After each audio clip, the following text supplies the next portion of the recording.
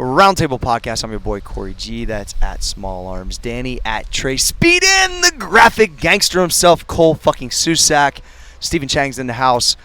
Our resident college guy came back swole up this year. Yeah, he's fucking yoked. Way more yoked. Fucking good work, Getting Stephen. big. Yes, you are. I get stacks working. Yes, sir. Look, we always like when the young cats are asking questions and we can help out.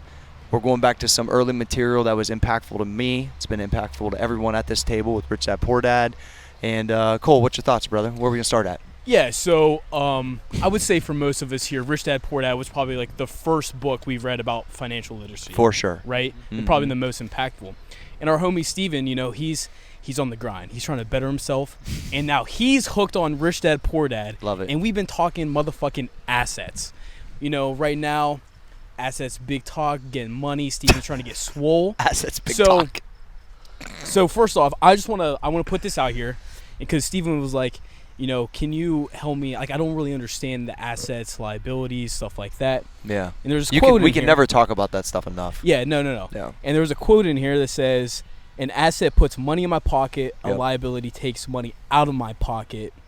Easy. Any thoughts on that? Well, yeah, because I think, especially growing up in the Ohio Valley, number one, I thought a car was an asset. You know what? Guy, at the coal mine gets a new truck. It's got $700 payment. And you're like, hey, I own this truck. Well, and the reality is you don't own the truck. The truck's not making you any money. Right now in history, this is the only time your car is actually worth more than it was when you bought it. This is because we got a fucked up thing going on right now. But the reality is, all the way till literally pandemic year, it was your car is going down in value and it's costing you money every month. So that's the double fucking whammy with the claw. The one-finger claw. That's the one-finger claw, Danny.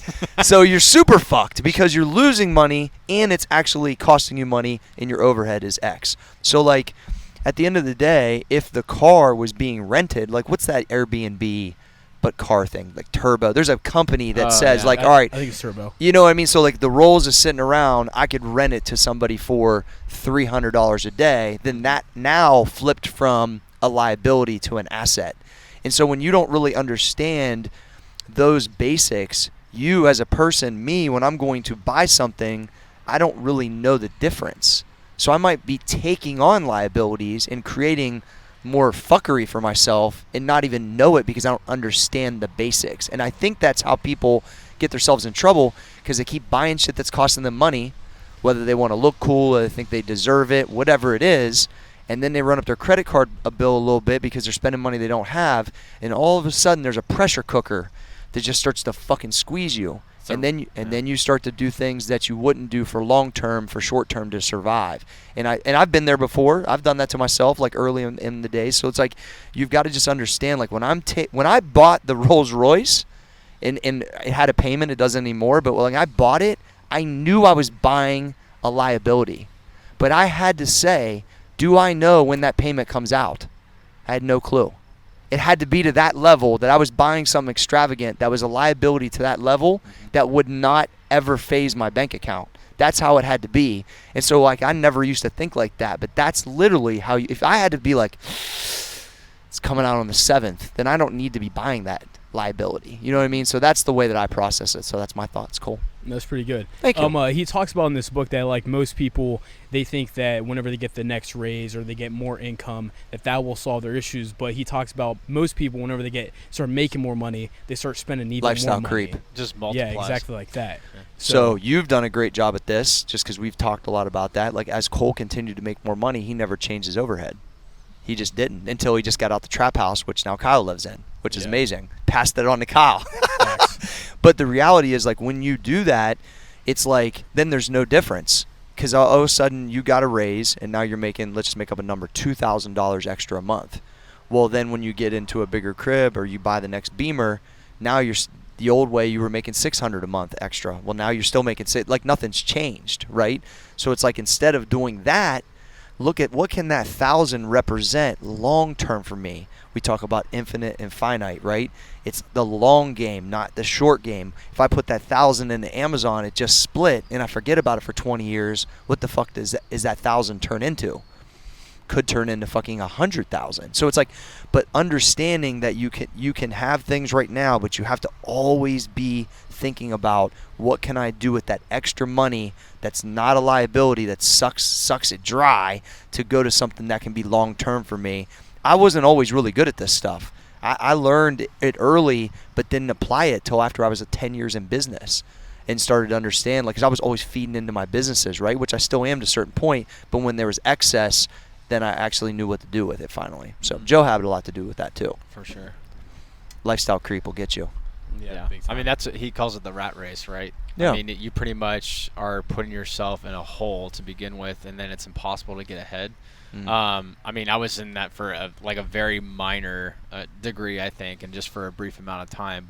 And then it switched to making a point to get out of it as fast as possible. And then, every time you get a raise, then you just allocate it towards like whatever you're investing in, or you're just bumping those numbers up so you can compound stuff quicker. Well, right? Investing isn't that you have to have a certain amount of money. I wish I knew this, right? Because I would have invested way earlier. I was able to. Well, first off, with compounding interest, you can't really speed it up. Like, I was able to jump ahead a little bit just because I had excess at a point. But the reality is, if I would have had less for a longer period of time, I'd be further ahead because I just didn't know and apply it. That's what you're talking about with Andon. Yeah. You gave that example not too long dude. ago, right? Yeah, of course. Like, tell him what he said. Yeah, when he walked in, right? Yeah, I mean, Joe sat down with Andon. So Joe's my financial advisor. It's been on here. He works with a bunch of us, and Andon, bought GameStop on accident. It flew up to we sold it at $40 a share because I didn't know what the fuck was going on. I should have asked Trey, obviously. I fucked myself. But he still made $2,000 off. He bought it for $8 or something like that with his birthday money. At what age? Yeah, he's fucking 10. Yeah, exactly. Yeah, you know what I mean? And then he goes, we sit down with Joe, and he goes, I like Toyota. I like Dad's truck. I'd like to buy some of that. I like, he's like, Dad, should I buy some airlines? And Joe's like, well, you should buy Boeing. Boeing's the one to make, because it was way down. We bought one of those. He wanted to buy Nike. And then Joe goes, Anna, let me explain to you. When this compounds from right now till you're 50 years old, and you put in, I forget the number, is a minimal amount, like way less than you think. Each year, as you get older, you're going to be worth $1.4 million. He came out of that thing like, yeah, you already know his confidence is already there. So if he thinks he's going to be rich too, we're really fucked, Danny. He's already drawing wieners on the sidewalk. But, we're good. But if you just think about, that's a whole nother. But if you think about just even, I know he doesn't all the way understand it. Yeah. But just that little bit of talk at that point. For sure. So, and then he sees me executing, and then when I can explain it, and his brother's into finance too, like, that's just a whole different thing. So impactful. Yeah, it's super impactful. So when you guys are, like, talking about stuff like that, like, emotions are going to be involved. Like, emotions are, like, something that's, like, part of everyday living. It's, like, how something that was brought up in the book is, like, it's using, it's using emotions kind of, like, to thinking with emotions or using emotions to think. That was the quote. So like when you're using emotions to think, like name a time where it's like, okay, like you were using your emotions like in the right way that's opened like more opportunities for you, or like name a time where it's like that kind of like impacted you negatively and like how you were able to like learn and grow from there. Trey, you want to take on that? Yeah. You've been smoking, kid. You've been smoking. Yeah, so I guess like a really good example of like a negative like example of that would be, let's say you're trading stock and you entered a trade and the trade goes down 40%, and your emotion would come in and you're like, well, fuck, I lost 40% of my money, and let's say it's only been an hour or something, and let's say 3 more hours go by though, and the stock price ends up going up, and you could have made like 2 times your money, basically.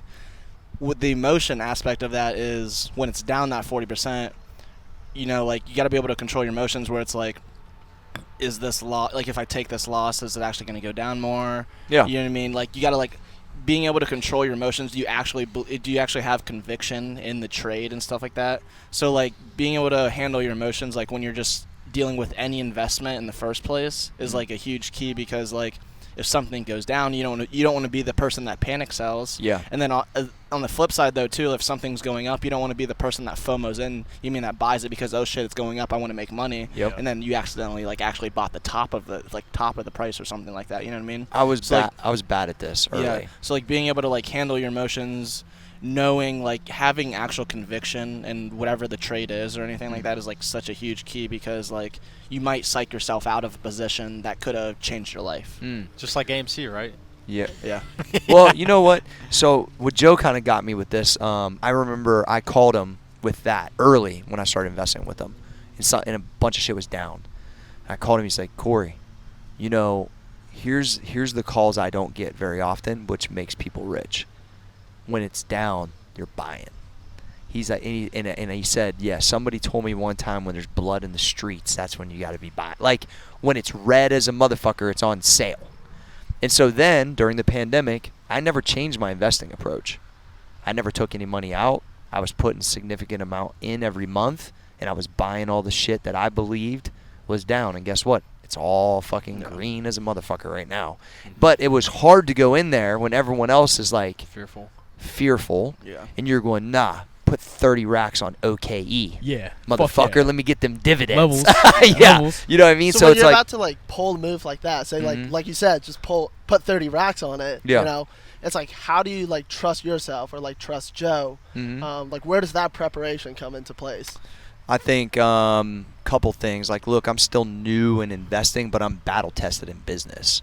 So like at the end of the day, when I make a decision, I just make it and then I figure it out. So I'm not gonna like, if it went down, but also you got to remember it's all relative. So at that point, 30,000 doesn't make me not be able to pay my rent. Well, I didn't have a rent at that point, I don't think. But you know what I'm saying? So it's like, it's all relative. So you have to, when you're making decisions like that, I got to know that if I'm real wrong, this doesn't really change the way I operate.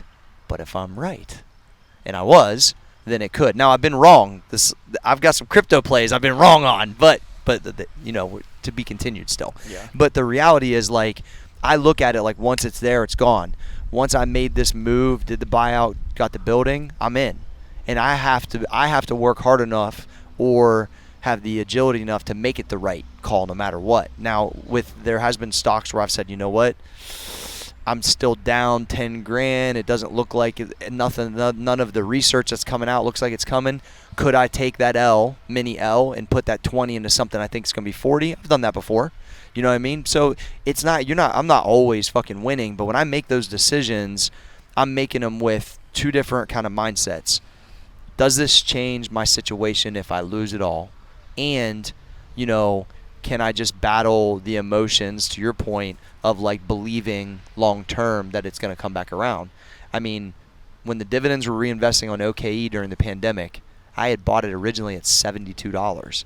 I was getting dividends reinvested at 12, 20, putting in big money at 25, 30, you know, and shit went back to 70.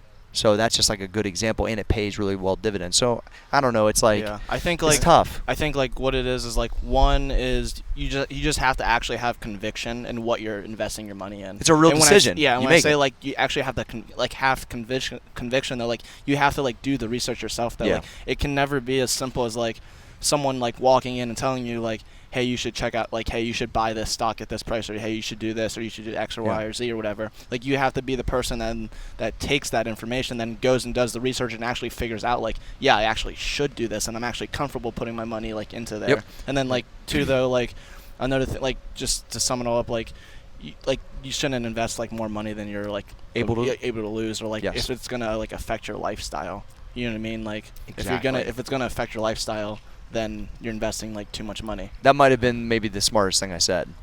And that's probably why I feel that way, right? And I have done things where it's pushed the limits on that, where I was like, probably should have put a little less in that.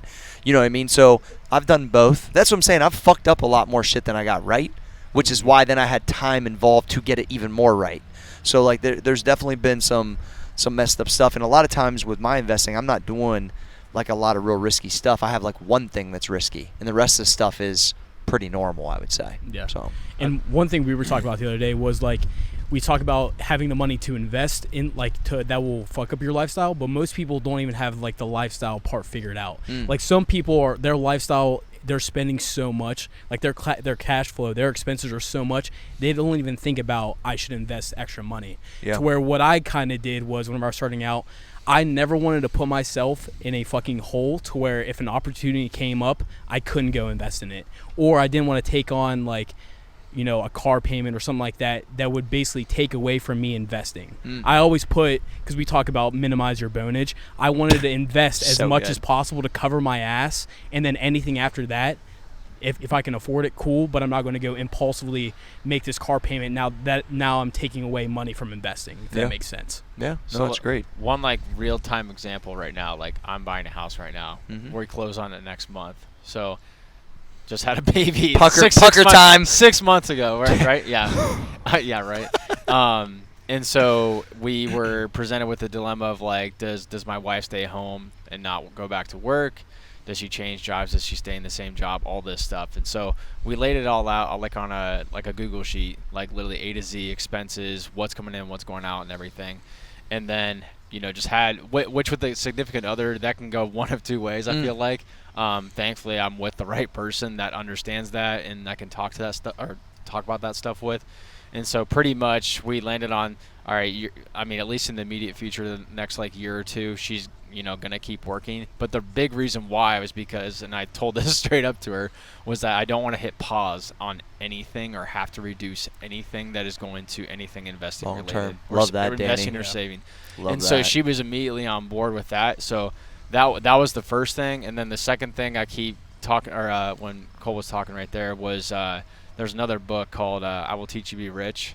And so his big thing is like what is your version of like what a rich life is. So, and basically like everyone always talks about like getting the $5 coffee. Like if you want the $5 coffee, get the $5 coffee if that's a part of like what you want, right? But then you have to find other ways to cut mercilessly in other areas of your life, right? Yeah. So that's his big thing. And then so how that relates to us, I guess, is like once you make the shift to finding ways to invest more, like if you actually lay out what you're actually spending money on, you're like, man, there's more than you think usually, so that you can start to bump up what you're investing with Joe or whatever it is on Robinhood, whatever it is. Yeah. So as you're like laying out all the things, like you have that Excel sheet spread out or whatever it is, like the balance sheet, you have all those things set up. There's going to be other things in your life that you want or like other people want, whether it's like the fancy car or like different trips and whatnot. Like there are things that you have to say no to. So like how you control and like dictate like what you say in those different situations, like what's the power and like freedom of saying no in those situations. That comes back to the emotion part that you talked about, because that's where people get caught up. I dealt with this a lot whenever I was in school, because we talked about like, was I caring about how much money I spent at the bars? I went hard as fuck and I treated myself like a boss. I'm not going out on Real talk, Thursdays motherfucker. because do bosses go out on Thursday? No. So just like saying no to those things, or it was super easy because I was okay with that, because I knew that eventually I can fucking ball out, but on a Wednesday night probably fucking not. Yeah. Or any big time decision like that, I'm like in due time, like I'm in no fucking rush. Yeah, I think it comes back to financial discipline too. I mean, one easy as fuck way to put it is like if you're, wanting to buy, I don't know what it is, a couch or something like that. Like literally save money every month and don't fucking buy the couch until you have it. You have it in that savings account. Or just get the shitty couch. Yeah, or just get the $400 couch from Sam's Club. Or just get the $50 one off Facebook Marketplace, Or sit on the You're floor. grimy. You can sit on the floor for free. Casting couch. Facts. Fuck yeah. Jeez. Going down the fucking rabbit hole with the casting couch. Cole has one. Yeah. Just I do. He's yeah. not. It's not in I'm use proud. anymore. Hey. he did not throw it away. Anymore. It was actually the one on set. All right, back on the rails. The emotional decision stuff, I would say I've been okay at. But there's like early in my career, Steven, I would always think, because I didn't have much growing up, that I basically like was not entitled to it because I had to earn it to buy it, but like almost like you deserve this, right? And there is a point where you need to reward yourself to keep things going. And I think that I just always battled that, because it would have been easy to put myself way behind, because then when I could afford more, I wanted everything. And there was times where the one time with my business and some of my stuff, it squeezed me up a little bit. And I started to realize like, ooh, I don't want to feel like this, because to Cole's point, I have any agility when somebody came to me and said, gee, you want to get in on this business, you want to do this? And I'm like, I got none left. But you know what's eating it up? my first fucking, my first car payment when I had the Benz or this or that. Like, it was a bunch of stuff eating it up that to me, after I had them for a period of time, I was like, I would have rather been able to get in this venture with this person, but I don't have that extra $2,000 a month or whatever the number was. And so I think I had to feel it and then process it. And I process, like, I love nice stuff, but it's wearing down on me, meaning like, I'm giving away my other watch, jeez. My other watch for this fucking guy. This guy, yeah, fucking first world problems. Yeah. I'm giving away, but it's a watch I really like as like a collector and just something I aspire to have. But I'm giving it away, and I haven't worn it since I made it's $20,000. Since I said I'm going to give this away to an I Want Abs person, I haven't worn it since. And I wanted to see, like, can I detach from things because they really it's an emotional thing. Like, I had to, like, kind of rework my brain, and then also using things that are liabilities maybe as ways to operate and push that are paid off. So, like, if it's a watch, it's a car, it's something you paid off, it isn't hurting your lifestyle, but you're using it for motivation. I kind of flipped it on not just being a thing, but something that's represented to keep me pushing every day. But also, I'm at a different point in my career. I've been doing this for a really long time. You know what I mean? So some of my ways that I process stuff might be a little different because I've been out here for a while. So, but I definitely consider every dollar, now that I understand finance, at least to this level, that what this $1,000 I'm spending on this liability, what does that turn into if I buy a dividend stock with it every month for the next 15 years? Like, I understand that that's a lot of money. And so then I think of everything that way. That's the switch, yeah. That's the switch. That's how you evaluate every decision. Every decision's evaluated on what can that money be. Because when I spend it, it's gone. When I invest it, I still got it. And so that's the way that I look at everything now. What else you got, buddy? Some good shit. Yeah, so, like, another one, like, kind of just going off of, like, what you just said, like the Rolex, like the different cars and whatnot. So, like, coming from your story, like, humble beginning, blue-collar jobs and whatnot, like, how do you or I guess how do you stop all the, like, greed, ignorance, different stuff like that, especially, like, now everybody's got social media, everybody's posting, like, the fancy things. But I don't. Right. How do you, like, stay true to, like, yourself, like, your core values, like, what you essentially, like, grew up with, like, your rules and philosophies, so that, you're still the same Corey Gregory with that same mentality? I bought the things to shine, like fucking Cash Money Records. I'm not gonna lie about that. That was I know Trey like that. Like, out the gate, I was trying to shine. But once I got it, it felt weird, quote unquote, flexing it. Now, I've had this car for fucking 4 years. You see me around town, it's just my car. That's how I think about it now. And for me to, like, Rolls-Royce did a story on me on their app. I never even posted about it. That was a big deal for me because I'm on the owner's app. It's only people that own Rolls-Royces. I go on there and fucking my story's on there. We pulled the fucking car in the gym. It's wet. It's fucking dope as shit. Probably maybe we ever took. Nasty. But it never made it to social media because to me it just felt weird. And so, because I think, even though I thought in my mind that maybe I bought it, and look, I mean, rap videos, like all that shit, like I like the flashy stuff, but then it felt like it wasn't all the way about that. It was really for me because of climbing in through the back door of my fucking Horizon. You know what I mean? So I had a weird switch whenever I got to a certain point when I was able to go to the dealership and say, pull that off the fucking showroom. I want that. I don't know. It just felt different. So I think that for me, and I never want the guys that I worked with or been around to feel different about me. They probably do maybe from time to time. Because I had one guy say one time, what'd I say to him? Something about, I'm still fucking grimy. At least I got the gym represented. But, like, gee, your daily's like a Rolls, dude. Like, shit's, like, way different. I'm like, yeah, it's way different, but I'm not really that different. Like, I think the gym being represented at the level that it is has helped that. But the that's a tough balance, dude. Did you go through any, like, imposter syndrome at any point in your career? Like, maybe earlier define on, that. Like, pretty much, like, it was kind of like what I explained to you. Like, when, like, I first got, a nice car, it was like you feel like you're not supposed to have it. Yeah. You know what I mean? Did you ever go through anything like that? That's the internal blueprint of, like, you're not worthy. Enough, yeah. And I think that's something that it's hard to get. I had to remember. Most people feel that.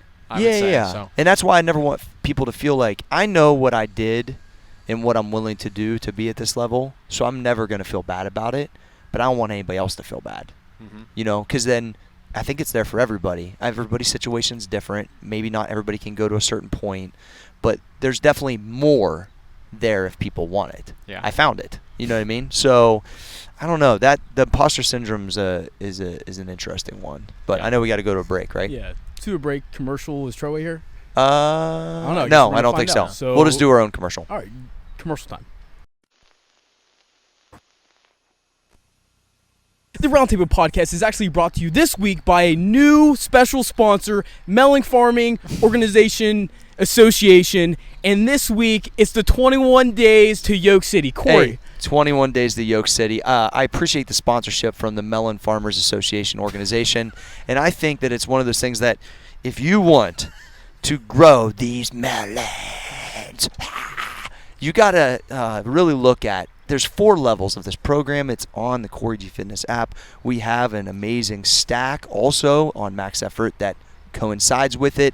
And there's a lot of people out here that just need to bridge the gap from the maniac shit they see at 4 a.m. and what's going on. Maybe they're not going to the gym. Maybe they don't want to go to the gym. Maybe they just want to get started, like Kyle said, and get it rolling and be consistent. This program is for you. 21 days to Yoke City. Man, the graphic is sick. My fucking melons are huge, and shit's getting real out here. Can you list out all the melons that are in 21 days to Yoke Yeah, City so- that you can find? Yeah, so they, you know, when the Melons Farmers Association came to us, they said, "Listen, we farm honeydew, we farm cantaloupe, and Cole's favorite, watermelon." And so, if you know, and then they came to me and said, "Gee, if you did 21 days, well, tomorrow's 21 days. When you see this, it'll be like 30-some days. That we might be able to farm your melons if you get to Wow. fucking 42 Harvest. harvest. There you go. All right, so if you'd like to harvest some melons, go to the Corey G Fitness app, and also check out the stack over at maxeffortmuscle.com. Back to the show. All right, back to the show. Stephen Chang, what's up? All right, so one last First off, you need your question. microphone, kid. There we There go. it is. Hey, All right. Little new Hey, delay. Okay. So like from where you guys are sitting today, like finding success and like learning financial literacy and being educated in that, like, and compared to like the past specifically, like when you got that first like big paycheck, like how has your mindset like shifted in the way that you operate, like with your money, where you're gonna invest, like different liabilities, stuff like that. I'll go. So first off, everything changed for me probably 4 years ago when I would get my money. It wasn't what could I buy. It was like how much can I? It literally is how much can I invest? How much income can I buy? Back to like what Chris Johnson said all the time. So when I started really doing dividend stuff, like it was probably like 5 years ago, I would say, okay, we'll use $1,000 for example. I know for that $1,000 at one of these stocks that I'm going to create $150 in income a year for me to do nothing. And so I would look at that literally. I would go to Joe's office and come out and say, I'm coming out with a raise this month of $2,000 a year. A raise this month of fucking $5,000 a year. A rate like that's how I looked at all of it. So I was like looking at how can I squeeze every dime? How can I get my overhead so low, pay the shit off, get it to where I can almost invest all of it every month. So a lot of things shifted for me when I was able to start looking at it like that. And actually buying stuff really wasn't even a thought a whole bunch, to be honest. It was more about buying income. So, I don't know. Danny? Me? Oh, okay. Yeah. I don't know. I'm just thinking about like how important it is just to get skin in the game. Like Yeah. just get started, no matter how small it is. Just be in the conversation. You've said that multiple times. Like, just from being outside the conversation to being inside the conversation. Oh, for sure. And then I think this wasn't like the first time, but like having the opportunity to invest into like Max Effort Muscle. That one Yep. always sticks out to me because before I can't like cite an example, but like if there was an opportunity that came up, I was never able to take advantage of that opportunity, and that really, really bothered me. And so I made it a point to basically always have that, that savings or have enough savings to be able to, partake in that opportunity the next time it came around. And sure enough, being in the conversation, the opportunity finally came up, and then like we were able to take advantage of something like that, and that's where it really switched for me, I think. Well, and when you're in the room where there's opportunities keep coming. Like, you know, yeah, it's crazy. When Trey and Cole put together the NFT project, I was just watching, waiting, and I was hoping they were going to come to me and say, gee, you want to be involved? I'm like, yep, got some money sitting aside. How we do this? Like, you want to be ready, especially if it's somebody you believe in so much, right? So you're already working here, you believe in it, you want to have skin in the game, you feel different about it. But then if it comes by you and you go, I can't, then you're going to be kicking yourself, right? So you're really, and here's the other thing is a lot of people don't roll with a lot of people that got opportunities all the time. There's always opportunities happening around here. Yep. So you know if you're in the building, there's going to be a conversation multiple times a year about something. Yep. It's just the way it is. Yeah. And most people might not realize that. So you see a lot of things come across your desk. Some you can partake in, some you can't. But it's like to be able to think about it, to get in the game is huge. Yeah. A lot of the times it's up to you and how financially disciplined you are. You know what I mean? If you're, what are you prioritizing in your life, I guess? And then how Getting much fucking money. GMFB. Facts. Yeah. For me, I'm thinking about how can I get my money to make me more money. Like what can I like look into next? Like my next thing of obviously we have the NFT stuff coming up, but now I'm also thinking like, all right, if I take the money I'm making here, I put it into crypto, and then that money can make me money to then put into a rental property. Then that rental property can then go back into the business, which will then generate more stuff like that. So that's what I'm consciously thinking about is how can I take this money, put into this, make more money, and then just completely redoing it. Well, and I had the situation where I got lucky with the housing market, where I invested podcast advertising money from years ago into an Airbnb, sat on it for 2.5 years. It goes up 150 grand. I take the 150 grand and go buy income inside of the stock market. And it's like, so it went from creation to fucking a hard asset to then a paper asset. You know what I mean? It's like, I don't know if that's the way you categorize, but it's flowed. Now that 150 is just in for the rest of my life. So I've turned, from an idea and a process to something that was actually I was really excited about, but then the opportunity showed itself to get out, taking that money, flipping into that, and then fucking let it grow for 20 years. And so that, whatever money I put down, because really that's what I needed, that money I put down will now have turned over who knows how many fucking times by the time I'm done. You know what I mean? Or just getting checks from Joe every month. It's just wild. Now, those aren't things that happened to me early in my life. This is after I was more established. I could take advantage of things like that. But even when I bought that, I go, this is money that was excess because I didn't expect it. Let me put it into something that I think, is a longer term asset, so I didn't just piss it away. And that's one advice I give people. Right now, the economy is kind of tight, right? There's a lot going on. People can't get stuff. People are, holding on to their money because of gas. There's a lot of shit going on. Not all the time is everything moving. I've had where I got 5-6 styles of income, and they're all banging. But you got to have at least one or two, you know what I mean? But at some point, if it's only one or two banging, that's the thing is when you're setting up all this different stuff, it's you got to realize that the faucet's not always on. You're talking about asset allocation, right? Yeah, or just and also revenue streams. I'm always trying to set up new ways to buy income and make money. Yeah. With the understanding that I've seen ones come out of nowhere and they're gone just as fast.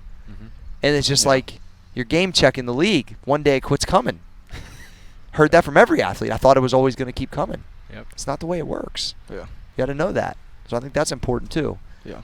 So I don't know. So I guess to take it back, the foundation of that though is the podcast. Yeah. And so where that came from though is doing something that you love to do. Absolutely. And so where the whole mentality changed for me was when I got paid to do something that I enjoy and I love to do. Absolutely. So when basically I started shooting your shit your shit in the morning like that. So I think taking it all back from there, the money will come because what you were saying, basically the podcast shit, it didn't start it didn't cost any money to started doing No. the podcast shit. Yeah. What you did is you just started podcasting, turned it into something, then it started generating money, and then you see though like where basically my point though is like it all came from Doing something I love.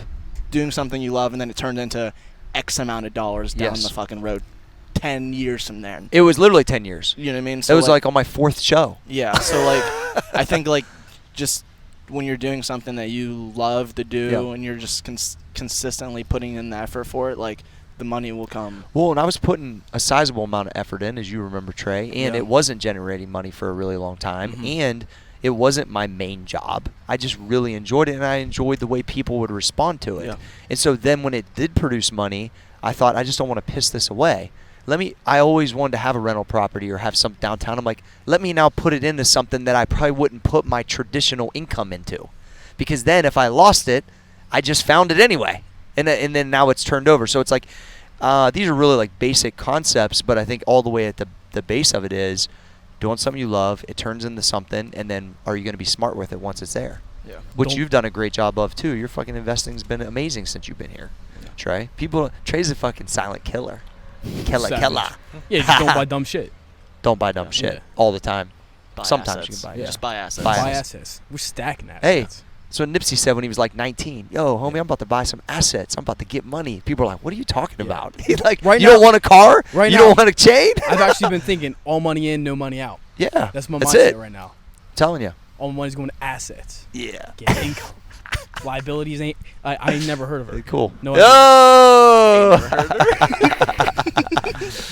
Yeah, I know, right? Damn. I wish I knew that shit when I was a lot younger. I'm a little jealous of you guys because you just got a head start on that. I just didn't really have a clue even though I read that book when I was pretty young, still didn't really apply it all the way till I was a little bit older. So Yeah. This is like the one book I'll constantly like revisit. yeah, it's Like if fucking, this was the first book, I've read it probably maybe a year or two ago, and now Mhm. I'm rereading it again. yeah, I've It just it listened puts you in to check. listened to it or read it probably at least 10 or 15 times at least over my career, maybe more, a lot. He's a fucking G. Yeah. What else you got, Steve? I like it. So yeah, we'll have some fun questions for everyone. Just kind of Cool. like a little more laid back. So I told Steven this is inspired by Danny Asked a Question / Small Arm Says. This week it is / Steven Asked a Simon Question. says. Yeah, so we'll start with you, Cole. Yes. So as somebody that played football when you were younger, you were big into lifting weights. So as a linebacker specifically, Okay. you got to be physical. Yes. So if you're set up in that Oklahoma drill, it's you got to run through somebody else. And it could be, another this. lineman, another linebacker, receiver. Who would it be, and why is it Taylor Lewan? Taylor Lewan. Man, I don't know. I honestly I could probably like beat him because I'm faster than him. But if I take him head on the boards, I think I could hold my own. Because I would have the lower center of gravity. True, so facts. I think I could hold up. Now, would it be amazing? Probably not. But if I had someone to go like head to head, like full on Full with, confidence, you're blasted through. I Who want is to it? pick a running back. Honestly, I would like to go. Maybe not. Yeah, Derrick Henry. Fuck no, You know what? I want no part of Derrick You know Henry, what? bro. Fuck that. I maybe not Derrick Henry. Maybe like Mark Yeah, Ingram. maybe not Maybe Derrick like Mark Henry. Ingram. Maybe Something not like Derrick. Follow Yeah. that. Someone who's just like kind of the same size but still way fucking bigger than me. Because like Jeez. the dog in me says, you know what? I just want to like know what it feels like one time. Yeah. Like what does that feel like? Like, am I gonna die? Probably not. Could I get a concussion? Yeah. I don't know, maybe. But I think my neck's strong enough. I could handle my own. Any quarterbacks that you would like to call out? Like if you get a free hit, like you move right off that left tackle and just him. Quarterbacks? Yeah. The GOAT? Nope. It was probably like that one Penn State quarterback from a few years ago. Whenever they beat Ohio State, I forget his name. Obviously, irrelevant. Obviously, he's not that important. But I would like to fucking beat that guy. Jeez. Fuck that guy. Yeah. Cole wants to amazing. blast him. Blindside him. Blindside, yeah. That's Yeah. fucking hilarious. All right, and then we'll switch to Danny here. So we know you Small. lift, you're small arms, Danny. So you're always doing curls. You're kind of skipping legs sometimes. So like, how does that lifestyle, like come into play in the event of a bear attack? I mean, headlock, right? I guess that's my Yeah. first move. I got to go for the headlock, get on his back, and and pray, I guess. Squeeze them with your bicep. Just squeeze them with my bicep. Danny, do you think there's a correlation between leg size and bicep size? That's a tough one. Because wouldn't you say like if your legs are stronger, then you can curl more, kind of? If you lunge, yes. If you don't lunge, no. Okay. Yeah, that's fair, right? And I do lunge. Do you calves? The cavalry, Yeah. with the cavalry every week. Yes. There you go. Yeah, the Cavs cavalry. Fuck yeah. Shout out. So good. It's really spiraled from here. Yeah. All right, keep it going, Steve. Yeah, and then, Doing so good. we'll just go to you, Corey. Yep. So you're somebody that's like, been around like big names in the game. Mhm. The biggest one that comes to mind is Arnold. Like Sure. you've talked about stories where you smoked stogies with him. Mhm. Was it Christmas morning or around that time? Yeah, it's like usually he has his party like a week before Yeah, Christmas. so for like a big name like that, like who else is on that list that you want to smoke with? Cigars. Well, I would love to smoke a cigar with Andrew Carnegie. I'll tell you what, that guy's been so impactful. Obviously, he's dead since like 20 or something. But yeah, he's on my like. You have those like dead or alive type things. What's interesting, Steven, and I said this before on the podcast, I've got to interact with a lot of people I've looked up to, which is pretty uncommon, like personally. And so, but Carnegie's one of those ones. I think I'd like to like get around Mark Cuban too. He's always been a person that I've always like because he's kind of fucking fiery. Yeah. Kind of fuck with him too. But I would say like if I could sit down and really understand, those guys were the Bezos. Him and Rockefeller were the Bezos and Steve Jobs of that day. And the way that they put together this country was between steel and oil. It was just so wild. So yeah, I would love. But the development that he gave to the world through Napoleon Hill is literally timeless forever. And so I would love to know, like, when you started writing those books and he started interviewing you, like, because he couldn't even see what it turned into, right? He never saw like that it changed an entire and created a whole development industry. I just think it's really, really interesting. So I would have loved to, chat with him on the mindset of like why he felt so, passionate and inclined to create things like that. I was trying to think of someone else though I did smoke a cigar with though I really enjoyed was Tim Ferriss. He was at Arnold's one time and that was a cool conversation because it's like talking to a computer. But he was like interviewing me the whole fucking time about squatting and shit, and that was really cool. Something I didn't anticipate when I went there one time. But yeah, go to Trey. Thanks, good question. For Trey here, we know you're always working with like you got your new NFT project. You have Pablo the Bear. So like, what's your spirit animal? What's my spirit animal? Yes. And is it Pablo? I would say my spirit animal. Yeah, I would say it has to be Pablo the Bear. Because I would say it has to be him because the Pablo the Bear, the representation behind that is obviously the Kanye West College Dropout Bear. Mm-hmm. And so to take it back, I would say that is the spirit animal. That's where it came from originally, huh, Trey? That Yeah. makes sense. I think just like what that album represents and everything. I think that's the spirit. Would you say that's Trayvon's spirit animal? What about Dier? Because I also think Mike Tyson with the tiger. Yeah. I think That's a really good. a tiger Yeah, could also that's a good possibly association. Like an possibly exotic one. cat. Yeah. Yeah. Any style of exotic cat would definitely have to be the other spirit animal, if not the spirit animal. Because What's your pick with that though? There's so many. Right? Savannah. You want something that like A Savannah cat. I want something that like it could kill you.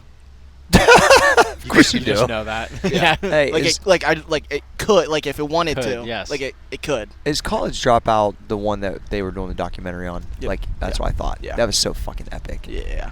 And just how hype he was, where he's walking in Rockefeller and he's playing it for everybody. They're not even paying attention to him. They're like, he's playing it to the receptionist. And Hey, the receptionist isn't. it was a even cassette listening. tape still, wasn't it? Yeah. He's like, get the fuck out of here, Kanye. Get the fuck out of here with that. Like that shit was inspiring because once again, his belief is so deep. It's the conviction in himself. The conviction is next level, bro. That's why I fuck with it. So Although piggybacking off of like that conviction to the next level, like what's everybody's like go-to song before like the big heavy squat or like deadlift? Like what song makes you like, be fully convinced like I'm gonna take this no matter what? Like that gets you like hyped up, like juiced up to the next level. cool. the one that's just popping in my head right now, because I think this is like, back in the day whenever I was just trying to grow the traps and the triceps. ASAP Ferg Work was my go-to song. That's a wet one. That was my fucking go-to whenever he comes in with the That shit's hard. Yeah, you feel that one, right? Yeah, I haven't actually bumped that in a minute, but it's come to my mind. That's probably what I would choose if we were in the gym. That's I like it. That's what I'd turn on. For me, I think I'm going something. Or you go ahead. Go ahead. Yes. Fuck myself.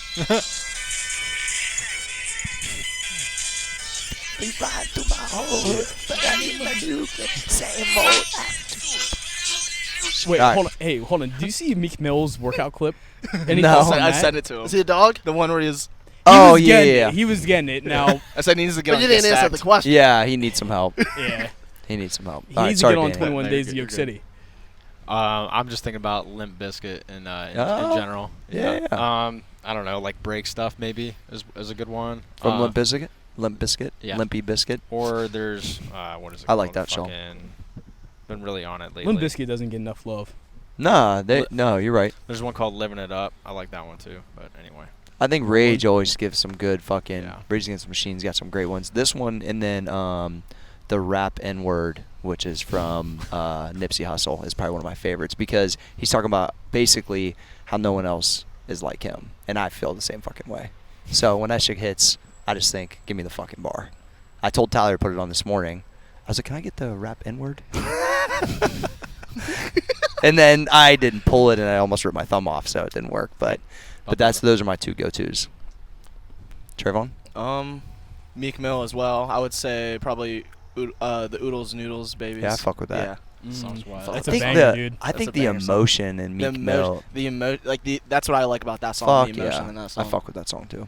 That whole album is actually really fucking good. Oh yeah. Him coming out of prison and dropping that shit and it being that good, so fucking. It was like Pockish, bro. I would also consider it why the Eagles won the Super Bowl. I agree with Besides that. they were hidden whenever you're playing. It fed it. Yeah, dude. It fed it for sure. Yeah. Because when Pac came out of jail, he dropped a Yeah, double from album. Philly. Yeah. Yeah, That dude. definitely. Yeah, that Fed helped. Huge That helped a ton, huge bro. impact. Helped a ton. But that's the same type of shit I remember. I'm telling you, like Pac came out, dropped a double album, and people went fucking crazy. They didn't have him for a minute. He came out, dropped the dual cassette, the dual CD, which I probably lost and broke and rebought 6 times in my life before it turned to fucking digital. But couldn't get enough of it. It was unbelievable, and I think he fed the same type of thing when he came out, and it was a banger like that. It was pretty good. Did we hit everybody? Steven, what's your song?